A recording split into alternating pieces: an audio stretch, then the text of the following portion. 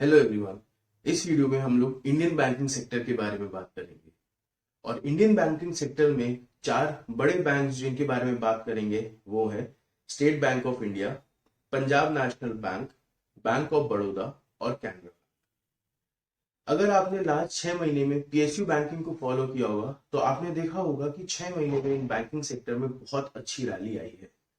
On an average जो PSU stocks हैं they are up by 30 to 40% in last 6 to 8 months। तो ऐसा क्या हुआ कि इस सेक्टर में इतनी अच्छी रैली आई है? और क्या जो प्राइवेट बैंक्स और जो पीएसयू बैंकिंग में जो वैल्यूएशन गैप था, क्या वो वैल्यूएशन गैप कम होते हुए दिख रहा है अगले 6 महीने से 1 साल में? तो इस वीडियो के एंड तक जरूर बने रहिएगा, क्योंकि इस वीडियो में हम लोग पहले तो change in the PSU banking sector में बात करेंगे कि ऐसा इसमें क्या चेंज हुआ, और उसके बाद जो दो दिग्गज बैंक एसबीआई और बैंक ऑफ बड़ौदा के जो रिजल्ट्स आए हैं उनके बारे में भी बात करेंगे। तो जब मैं इंडियन बैंकिंग सेक्टर की रैली के बारे में सोच रहा था तो मैंने ऐसी नॉर्मल सर्च किया, तो मैं एनएससी की साइट पे मेरे को एक ब्रोशर, एक डॉक्यूमेंट, एक पीडीएफ दिखा जो अक्टूबर 2022 को आया था। उसके अकॉर्डिंग लास्ट 1 साल में Nifty PSU index is the leading performer and is up by 20%। मतलब लास्ट 1 साल में जो सेक्टर सबसे ज्यादा बढ़ा है वो है निफ्टी का PSU banking index, which is up by 20%, 20% तक बढ़ा है। तो जब इंडेक्स 20% बढ़ा होगा तो इंडेक्स के कंपोनेंट जो शेयर हैं वो एटलीस्ट 25 से 30% तक तो बढ़े ही होंगे कम से कम की हालत में। तो इस इतना जितना पीएसयू बढ़े हैं, पीएसयू बैंक्स बढ़े हैं, उतना प्राइवेट बैंक्स उतना ज्यादा नहीं बढ़े, क्योंकि इनमें ऑलरेडी एक काफी वैल्यूएशन गैप था काफी सालों से। तो अगर आप देखेंगे जो एसबीआई का जो प्राइस टू बुक है which is trading around 1.8 to 1.5, 1.5 to 1.8 की रेंज में इनका प्राइस टू बुक रेशियो है, जबकि जो प्राइवेट बैंक हैं जैसे आईसीआईसीआई बैंक हो गया, एक्सिस बैंक हो गया, इनका जो प्राइस टू बुक रेशियो है वो अराउंड 2.8 टू 3 की रेंज में है। तो मतलब कहीं ना कहीं तो वैल्यूएशन गैप है, और ये जो रैली है ये हो सकता है कि वही वैल्यूएशन गैप को कैच कर रही हो, और आगे आने वाले समूह में भी ये हो सकता है कि रैली में काफी अपॉर्चुनिटी बने। तो हम लोग थोड़ा रिजल्ट के बारे में बात करते हैं। एसबीआई का जो रिजल्ट आया वो काफी शानदार आया। प्रॉफिट वाइज कंपनी ने 74% लास्ट ईयर के क्वार्टर से ग्रोथ दिखाई। जो प्रॉफिट आया वो हाईएस्ट प्रॉफिट एवर क्लॉक था क्वार्टरली वाइज, जो था 13,265 करोड़, 13,265 करोड़। वहीं जहां पे इनके रेवेन्यू है, रेवेन्यू वर अप बाय 14%, और ये 88,700 के अराउंड आके इनके रेवेन्यूज थे। तो ऐसा रिजल्ट वाइज प्रॉफिट्स में बहुत अच्छा जम था, रेवेन्यू वाइज नॉर्मल 13 to 14% जो रेवेन्यू बढ़ा वो था। तो ऐसा क्या हुआ कि प्रॉफिट्स इतने अच्छे बढ़े और पीएसयू बैंकिंग में काफी अच्छी रैली आ रही है। तो जो मेन रीजन था वो था प्रोविजन। अगर आप लास्ट 2 साल पहले देखेंगे, कोविड की वजह से इन बैंकिंग सिस्टम्स में गवर्नमेंट ने एक प्रोविजंस बनाने को बोला था कि कौन कौन सी चीजें बैड डेट में जा सकती है, उसका इन बैंकों ने प्रोविजन बनाया। तो 2021 में जो प्रोविजन था एसबीआई का वो था 4,040 करोड़, जो इस साल प्रोविजन गिर के आया है 3,088 करोड़। मतलब ओवरऑल 1,300 करोड़ तो इन्होंने प्रोविजंस में ही कम किया। वो प्रोविजंस जैसे 1,300 करोड़ रुपए कम हुए वो इनडायरेक्टली आपके जाके प्रॉफिट्स में ऐड हो गए।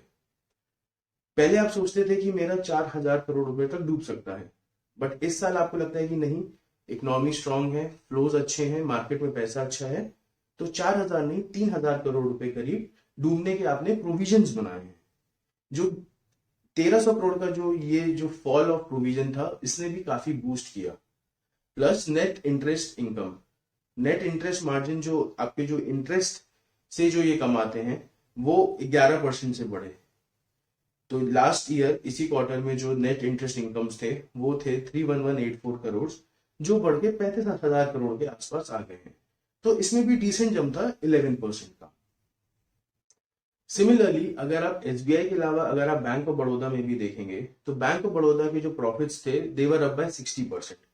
और आज ही बैंक ऑफ बड़ौदा के रिजल्ट्स आए हैं, और इंट्राडे में अगर आप देखेंगे तो स्टॉक ने 7 से 8% की रैली करी है।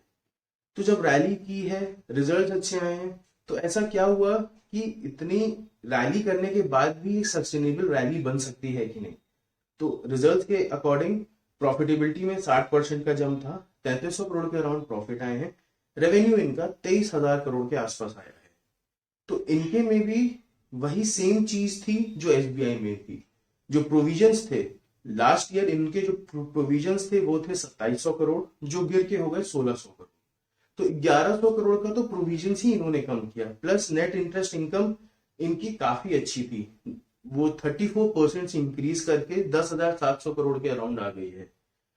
तो जो छोटे बैंक्स थे जो मर्ज होके बड़े बैंक्स में आ गए, तो अब वो कंसोलिडेशन का रिजल्ट दिख रहा है। तो बैंकिंग सेक्टर में अच्छी रैली आ रही है, अच्छे रिजल्ट्स आ रहे हैं, अच्छा इन्वेस्टमेंट हो रहा है। फंडामेंटली जो वीक पॉइंट्स थे वो अब अच्छे हो रहे हैं, उनमें सुधार आ रहा है। और वहीं पे जहां पे जो प्राइवेट बैंक्स हैं वो एक काफी अच्छी वैल्यूएशंस पे ऑलरेडी ट्रेड कर रहे हैं। तो हो सकता है कि अगले 6 से 1 साल में इन पीएसयूज में जो ये रैली है ये कंटिन्यू करे और जो वैल्यूएशन गैप था वो वैल्यूएशन गैप कम। तो जो मेजर चेंजेस मुझे इन रिजल्ट्स पे लगा जो हुए हैं कि एक तो इनकी नेट इंटरेस्ट इनकम अच्छी कांस्टेंट बढ़ रही है, दूसरी चीज इन्होंने जो प्रोविजंस बनाए थे वो प्रोविजंस कम हो रहे हैं, जिनकी वजह से इनके मार्जिन्स काफी अच्छे हो रहे हैं। प्लस ग्लोबली एक बहुत अच्छी चीज हो रही है, वो हो रही है कि आपके जो इंटरेस्ट था वो इंक्रीज हो रहा है। तो जो डिपॉजिट रेट पॉजिटिव हो रहे हैं हम लोग, डिपॉजिट रेट पॉजिटिव होना मतलब क्या हुआ, अगर आप बैंक में जाके अपने 10,000 रुपए देते हैं, उस पे सेविंग्स का जो इंटरेस्ट है वो है 6.5%। आपने उस 10,000 रुपए को जब आपने बैंक में रखा तो आपने 650 रुपए इंटरेस्ट कमाया। बट अगर इन्फ्लेशन 7 से 8% हुआ तो इनडायरेक्टली आप माइनस में ही हैं। अगर जो आप सब्जी आप 100 रुपए की खरीदते तो अगर आप 108 रुपए की खरीदेंगे तो उसपे जो इंटरेस्ट जो इन्फ्लेशन हुआ वो 8% का हुआ। बैंक आपको 6.5% दे रहा है तो इनडायरेक्टली आप -1.5% पे है। बट ग्लोबली जो इंटरेस्ट रेट बढ़ रहे हैं इसकी वजह से हम लोग डिपॉजिट रेट पॉजिटिव हो रहे हैं। डिपॉजिट रेट पॉजिटिव कैसे हुआ, ग्लोबली इंटरेस्ट रेट बढ़ेंगे तो इंडिया में भी इंटरेस्ट रेट बढ़ेंगे। जो 6.5% का जो सेविंग्स में इंटरेस्ट था वो बढ़ के जाएगा 8 से 9%। अगर ऐसा हुआ और इन्फ्लेशन आपका 7% है तो जहां पहले -1.5 हो रहे थे वहां +2% हो जाएंगे। तो ग्लोबली हम लोग इंटरेस्ट रेट पॉजिटिव भी हो रहे हैं जो बैंकिंग को सपोर्ट करता है। तो ये 3-4 पॉइंट्स हैं जिसकी वजह से बैंकिंग सेक्टर में एक सस्टेनेबल रैली आ रही है।